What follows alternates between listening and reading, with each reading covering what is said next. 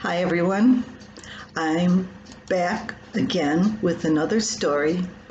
This is from January 1981 and it is called Clothing for a Winter's Night. There are people who wear the correct clothing for every occasion. Some women have shoes that match their purse, their hat, and their husband. And some men wear suits with coordinated vests and complementary ties. Our family does not belong anywhere near this category. If my good shoes are not purple, I'm satisfied, and my husband is closer to being hanged by his tie than wearing it. It's my goal to dress for comfort.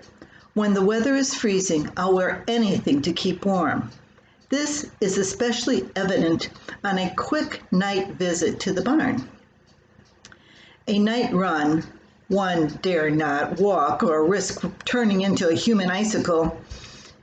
And while it's always an emergency, an accident, or an argument, the emergency could be a sick animal, the accident, possibly a storm-blown door.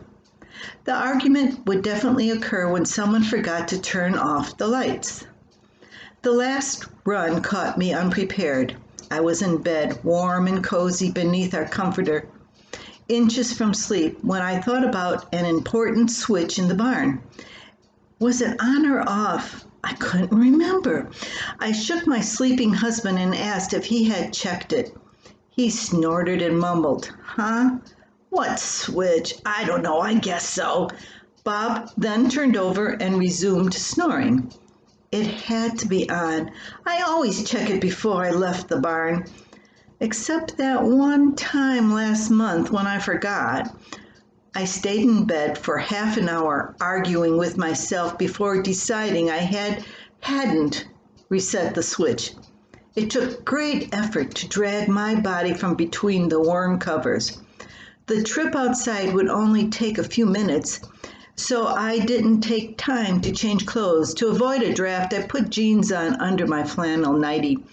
I quickly swung into my husband's big coat and slipped into his oversized boots. I did manage to grab my fur hat, no longer fashionable, but only functional, my son's scarf, a pink kitten mitten, and a green striped glove.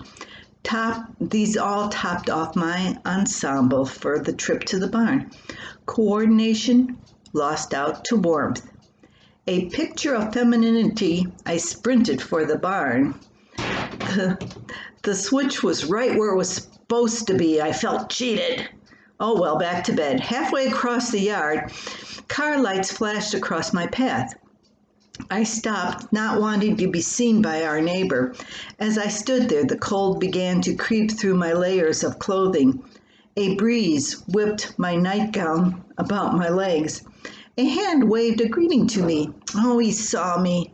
My kitten mitten waved back. There went one neighbor I would never be able to face again.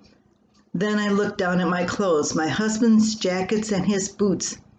My neighbor hadn't seen me. From a distance, I looked more like Bob than myself. My husband was the odd one, not me.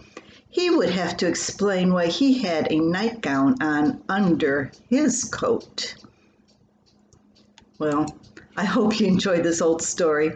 It's a favorite of mine, and I often talk about being caught on a winter's night wearing just warm clothes. Have a good day.